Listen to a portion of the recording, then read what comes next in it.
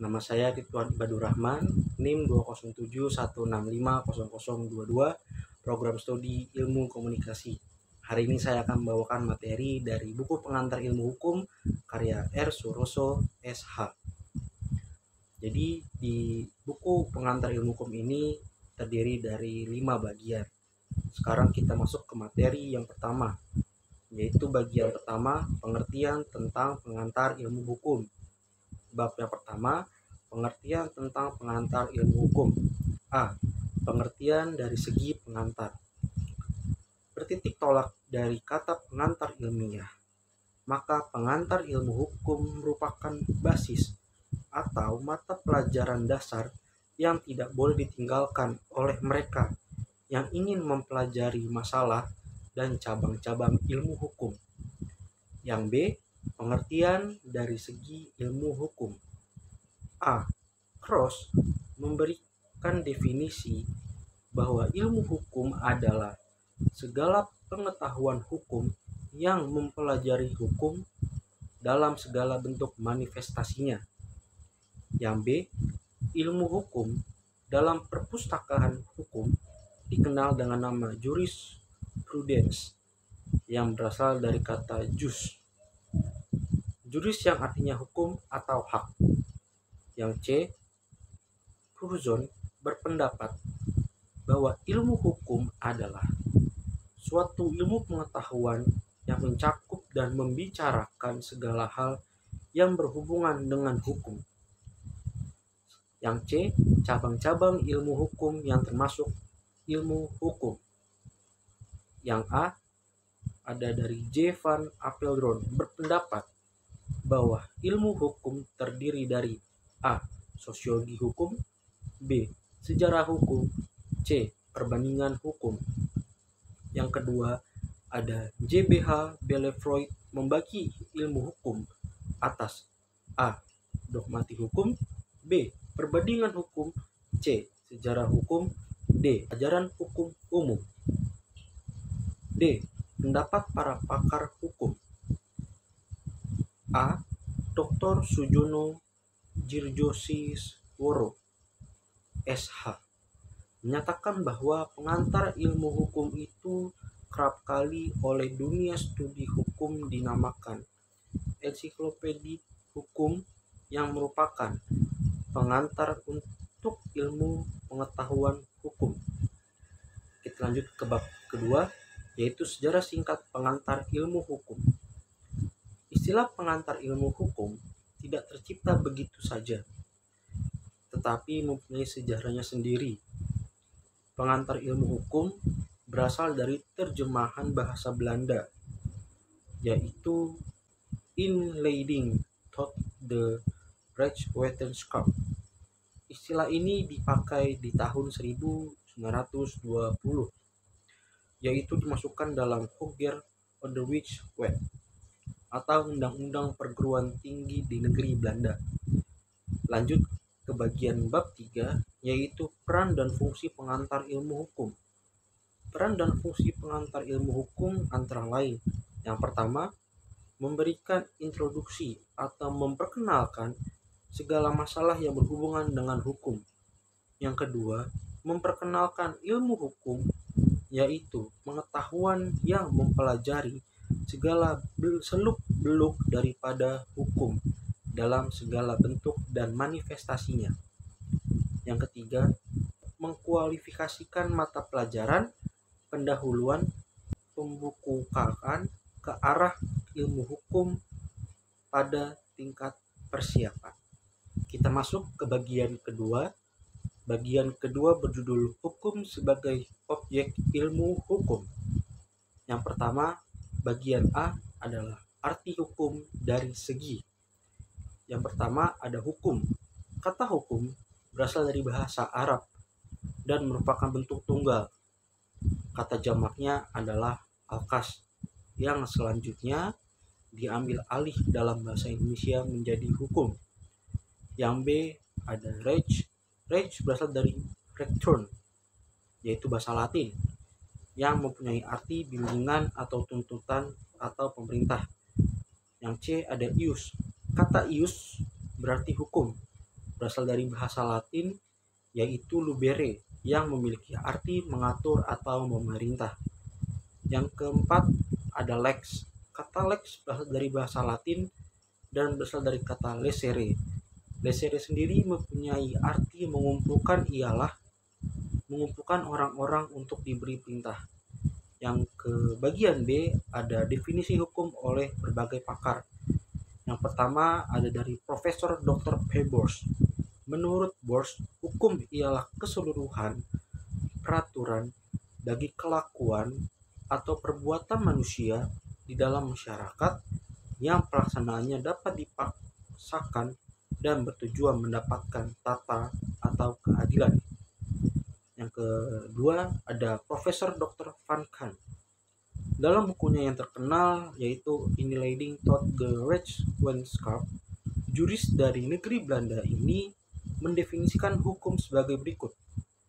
Hukum adalah keseluruhan peraturan hidup yang bersifat memaksa untuk melindungi kepentingan manusia di dalam masyarakat.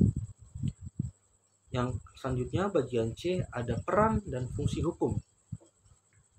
Masing-masing anggota masyarakat mempunyai hubungan kepentingan.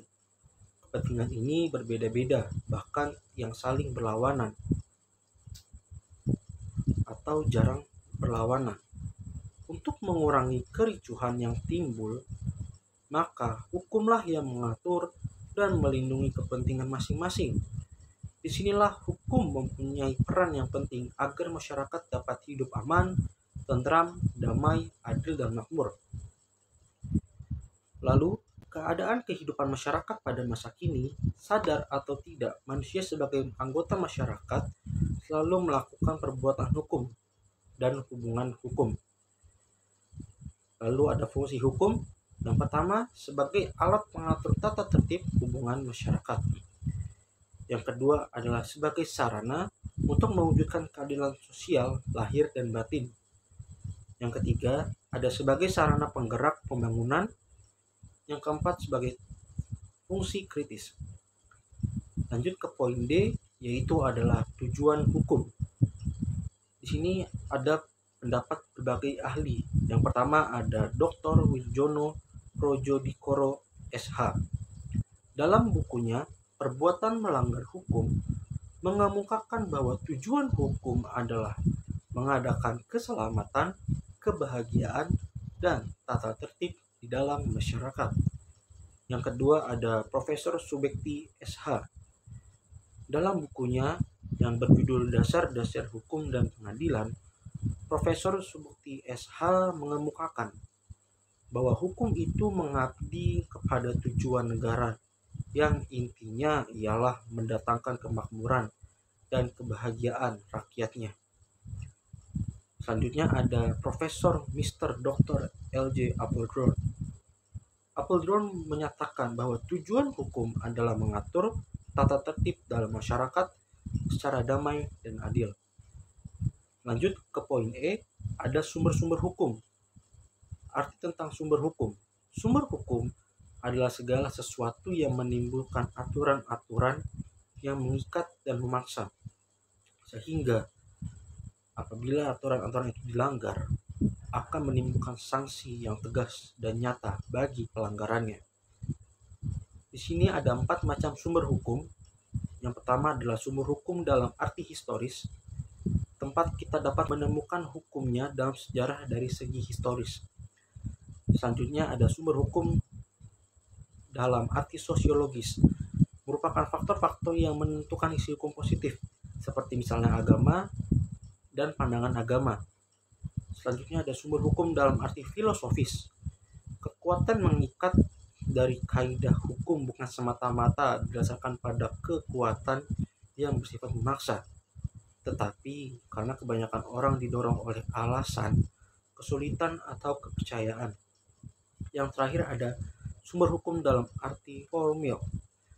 Sumber dilihat dari cara terjadinya hukum positif merupakan fakta yang menimbulkan hukum yang berlaku yang mengikat hukum dan penduduk. Selanjutnya ada penggolongan dan klasifikasi hukum. Penggolongan hukum yaitu ada 2. Yang pertama ada hukum tertulis. yaitu meliputi hukum undang-undang, hukum perjanjian antar negara, dan sebagian kecil hukum adat. Yang kedua itu ada hukum tak tertulis, meliputi hukum kebiasaan, sebagian besar hukum adat, hukum jurisprudensi, hukum ilmu, dan hukum revolusi. Penggolongan klasifikasi yang lazim dipergunakan didasarkan pada yang pertama, berdasarkan sumbernya, yaitu ada hukum undang-undang, hukum traktat, hukum adat, hukum jurisprudensi, dan hukum ilmu. Yang kedua ada berdasarkan kepentingan yang diatur. Yang pertama ada hukum privat dan hukum publik. Yang ketiga ada berdasarkan hubungan antar hukum. Ada hukum antar waktu, ada hukum antar tempat, ada hukum antar golongan, ada hukum antar agama, dan hukum privat internasional. Yang keempat berdasarkan ukuran pertalian hubungan hukum. Yang pertama ada ius constitutum, yang kedua ada ius constituendum, yang ketiga ada hukum objektif, yang keempat ada hukum subjektif. Yang kelima berdasarkan kerja dan sanksi. Yang pertama ada hukum kaidah, yang kedua ada hukum sanksi, yang ketiga ada hukum memaksa, yang keempat ada hukum mengatur. Yang selanjutnya berdasarkan kekuasaannya, ada hukum nasional, ada hukum internasional, dan ada hukum asing. Yang terakhir berdasarkan sifatnya, ada hukum paksa dan hukum tambahan. Bagian ketiga, ilmu hukum sebagai ilmu kaidah. Yang poin A, kaidah sosial atau kaidah yang mengatur tingkah laku manusia. Yang pertama ada kaidah susila, kaidah yang paling tua dan paling asli. Juga terdapat di dalam sanubari manusia sendiri, karena manusia itu adalah makhluk yang bermoral.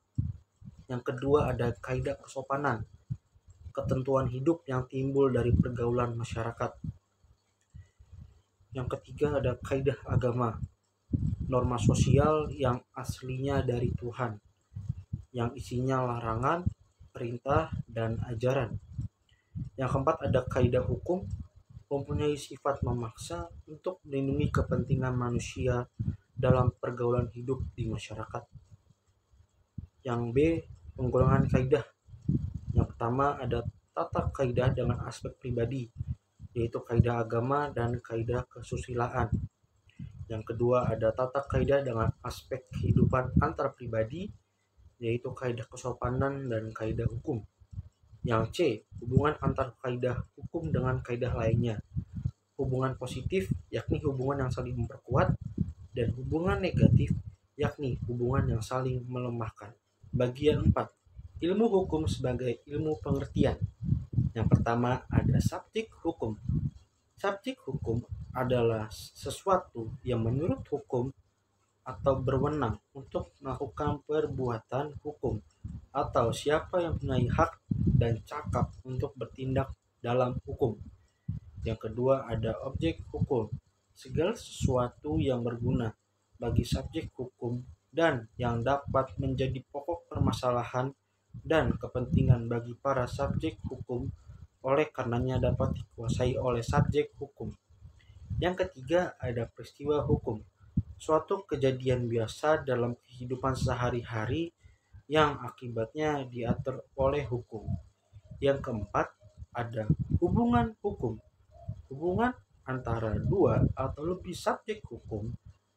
Dalam hubungan hukum ini, hak dan kewajiban pihak yang satu berhadapan dengan hak dan kewajiban pihak yang lain. Yang kelima ada hak. Dalam ilmu hukum, hak disebut juga hukum subjektif. Hukum subjektif merupakan segi aktif daripada hubungan hukum. Yang keenam ada perbuatan hukum. Setiap perbuatan manusia yang dilakukan dengan sengaja untuk menunjukkan hak dan kewajiban. Yang ketujuh ada bukan perbuatan hukum. Perbuatan hukum yang tidak dilarang oleh hukum. Perbuatan ini menjadi akibat hukum yang tak tergantung pada kehendak. Perbuatan yang dilarang oleh hukum, sesuatu perbuatan yang menimbulkan kerugian kepada orang lain dan mewajibkan si pelaku yang bersalah untuk mengganti kerugian yang ditimbulkannya. Yang kedelapan, masyarakat hukum. Sekelompok orang yang hidup dalam suatu wilayah tertentu di mana di dalam kelompok tersebut berlaku suatu rangkaian peraturan yang menjadi tingkah laku bagi setiap kelompok dalam pergaulan hidup mereka. Bagian kelima, ada ilmu hukum sebagai ilmu kenyataan. Yang pertama ada antropologi hukum.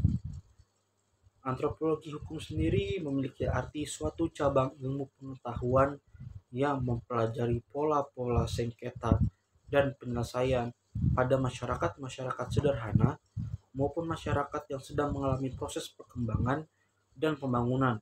Studi antropologi hukum dapat dikatakan belum lama dan baru timbul pada abad ke-19, sewaktu ada usaha-usaha untuk meneliti dasar-dasar hukum di Eropa, yaitu antara lain dengan jalan membandingkan sistem hukum masyarakat yang masih dianggap dalam tingkatan sederhana di luar Eropa. Yang kedua ada sosiologi hukum. Sosiologi hukum sendiri memiliki arti suatu cabang ilmu pengetahuan yang secara empiris dan analitis mempelajari hubungan timbal balik antara hukum sebagai gejala sosial dengan gejala-gejala sosial lainnya. Sosiologi hukum diantaranya mempelajari pengorganisasian sosiologi dari hukum. Objek sasaran ialah badan-badan yang terlibat dalam kegiatan penyelenggara hukum seperti pembuat undang-undang, pengadilan, polisi, dan advokat. Yang ketiga ada psikologi hukum, suatu cabang pengetahuan yang mempelajari hukum sebagai suatu perwujudan dari perkembangan jiwa manusia. Psikologi adalah ilmu hukum pengetahuan tentang perilaku manusia. Maka dalam kaitannya dengan studi hukum ini, ia akan melihat hukum sebagai salah satu pencerminan dari perilaku manusia. 4. Sejarah hukum. Satu bidang studi hukum yang mempelajari perkembangan dan asal-usul sistem hukum dalam suatu masyarakat tertentu dan memperbandingkan antara hukum yang berbeda karena dibatasi oleh perbedaan waktu. Studi mengenai sejarah hukum akan menghasilkan keuntungan sama seperti mempelajari sejarah umum. Salah satu keuntungannya adalah bahwa pengetahuan mengenai suatu sistem atau lembaga atau pengaturan hukum tertentu menjadi lebih mendalam dan diperkaya. Yang kelima, perbandingan hukum. Yang A, perbandingan hukum sebagai metode penelitian. Sebagai metode penelitian, perbandingan hukum dapat dipergunakan di semua bidang hukum seperti hukum privat, hukum publik, hukum tata negara, bahkan dapat digunakan di bidang ekonomi, eksakta, dan teknik. Yang B, perbandingan hukum sebagai ilmu pengetahuan. Perbandingan hukum sebagai ilmu pengetahuan melangkah lebih jauh. Di samping meneliti adanya persamaan dan perbedaan, perbandingan hukum menyelidiki sebab-sebab dan latar belakang dari persamaan. 6. Tujuan perbandingan hukum. Yang pertama ada usaha mengumpulkan berbagai informasi mengenai hukum asing. Yang kedua ada usaha mendalami pengalaman yang dibuat dalam studi hukum asing dalam rangka pembaruan hukum. Yang ketujuh ada fungsi daripada perbandingan hukum. Yang pertama ada fungsi teoritis. Fungsi teoritis daripada perbandingan hukum ini adalah perbandingan hukum mempunyai peran yang sangat penting dalam era pembangunan hukum yang akan datang. Era pembangunan ini meliputi pengembangan ilmu hukum dan praktik hukum dan pembinaan hukum. Yang kedua ada fungsi praktis daripada perbandingan hukum. Perbandingan hukum juga sangat bermanfaat di dalam praktik hukum, khususnya bagi applied research dan pembentukan hukum baru. Yang ketiga ada fungsi perbandingan hukum dalam pembinaan hukum. Di bidang pembinaan hukum, peranan perbandingan hukum tidak boleh diabaikan. Perbandingan hukum yang diterapkan bersamaan dengan pengembangan filsafat hukum, sosiologi hukum, dan sejarah hukum, apalagi apabila juga dilatar belakangi oleh pengetahuan di bidang ekonomi dan psikologi. Yang kedelapan, ada manfaat daripada perbandingan hukum. Yang pertama, yaitu adalah bermanfaat sebagai unifikasi hukum. Unifikasi hukum berarti berlakunya satu macam hukum untuk berbagai golongan masyarakat. Dan unifikasi ini dapat bersifat nasional dan internasional. Yang kedua, ada bermanfaat bagi usaha menumbuhkan saling pengertian suatu bangsa. Hubungan serta pergaulan diikat serta diwujudkan dalam suatu perjanjian internasional. Karena tidak ingin ada keretakan, maka perjanjian tersebut harus dibuat sedemikian rupa sehingga tidak menimbulkan kesalahpahaman. Yang ketiga, ada bermanfaat bagi usaha memperoleh pengertian yang lebih mendalam mengenai hukum kita sendiri. Dengan mengetahui keadaan hukum, kita menemukan perspektif yang menyangkut perkembangan hukum kita yang mana adalah penting dalam usaha untuk pembaharuan hukum. Yang terakhir, ada bermanfaat bagi pelaksanaan hukum perdata internasional.